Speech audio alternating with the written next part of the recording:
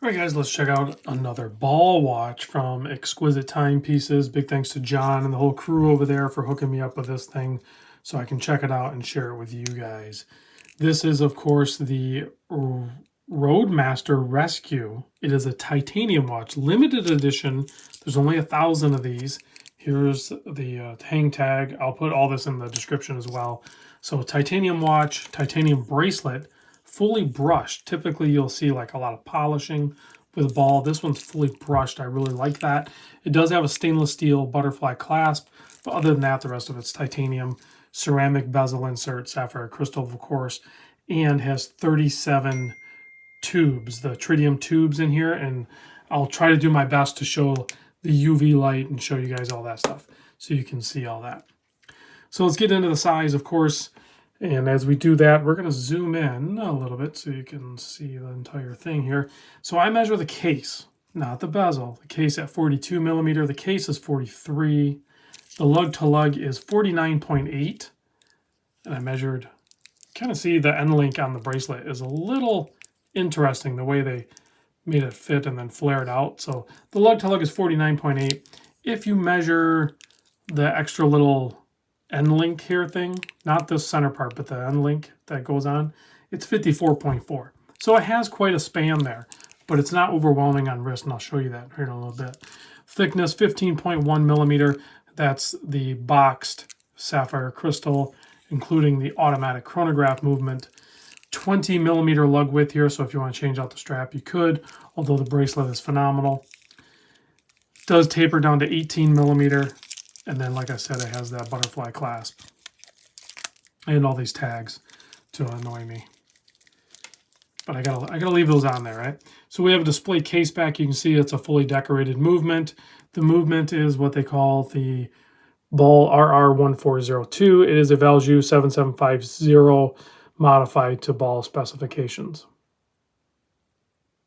Nice bluing on there, nice perlage work. It's just a good looking movement. 7 millimeter screw down crown, keeping the 100 meter water resist. The other thing that's pretty trick on this are these pushers. They have like a quarter turn. So like right here, I can push it in to start the chronograph. But if I quarter turn, it's like click, click, it's 2 notches. It like locks it so then I can't, oh, that's not true. How many? Is it just one push? Oh, it's one. It's one rotation. So one rotation locks it. And then one more rotation allows you to start it.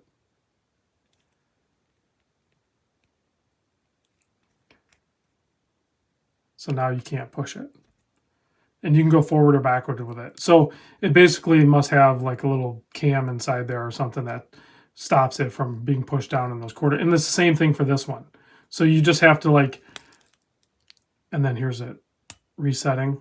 So then if you just one notch those over, then you can't use them. So that's a very simple way. Instead of doing the threaded ones, the screw down ones, it's just a flop over one spot, and it's not easy to turn. It's not going to accidentally do it.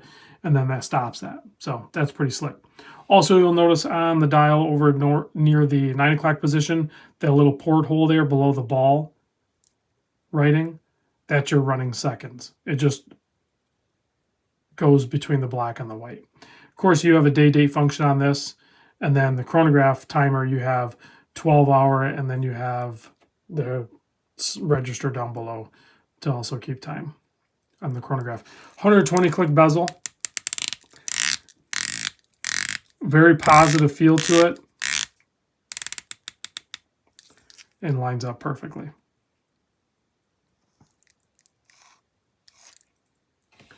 Like I said, there's only 1,000 of these, so it is limited edition. Price point on it, I think their hang tag said $25. Yeah, it says $25.99, which is below what the suggested retail is. But at Exquisite, they typically have ball on sale even below the price that they had listed. I think they have this one listed at $2,079. So basically $2,000. So I think that's a pretty good value here for what we're getting. Let me pop this on my 7 1/4 inch wrist. It's not sized. It does have screw pins.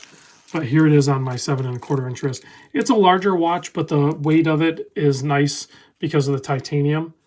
And I didn't weigh it, but I'll put that information down below. Now, the fun part. Can we shut the lights off and look at the tritium tubes? First of all, we have lume, so that's super cool already. We have it on the bezel, of course, the 12, the 6, and then actually even the sub-registers. But then if we shine the UV, if we shine the UV light on there, we have a bunch of orange tritium. There should be some blue and green tritium as well, I think. They're just, the tubes are everywhere, though, on this thing. There are a ton of tubes on this thing. 37 of them, I think they said. So it looks great. Well, that's pretty wild. So when I turn, the bezel has lume, and they turn blue when I put the UV light on it. That's cool. I don't know. You should probably get yourself one of those UV lights. They're kind of fun to play around with. Anyway, guys, thanks for watching on this guy, and I'll see you on the next vid.